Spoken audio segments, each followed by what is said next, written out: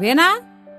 ఏంటత్తయ్య గారు? ఉదయం అనగా టిఫిన్ రెడీ చేశాను. తినడానికి ఏమైంది? త్వరగా రా, టిఫిన్ చేద్దు గాని. ఎప్పుడు మీరిద్దరూ కలిసి తింటారు కదా. ఇప్పుడు మా అబ్బాయి నువ్వు వచ్చే వరకు తిన్నంటున్నాడు. రా తిందురు గాని. ఈ చేష్టలతోనే కడుపు నిండిపోయిందండి. నేను టిఫిన్ చేయను, వెళ్ళి మీ అబ్బాయిని చేయమనండి. ఏంటి అలా మాట్లాడుతున్నావు? నాలాగా ఏ అత్తగారు చూసుకుంటుందా? ఏ అత్తగారు చూసుకోదు. నిన్నేమైనా పని చేయిస్తున్నానా? అన్ని పనులు నేనే చేసుకుంటున్నాను.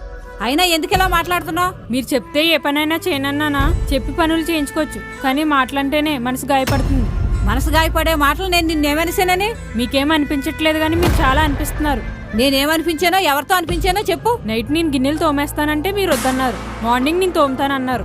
తీరా చూస్తే మార్నింగ్ మామయ్య గారికి అడుగుతున్నారు.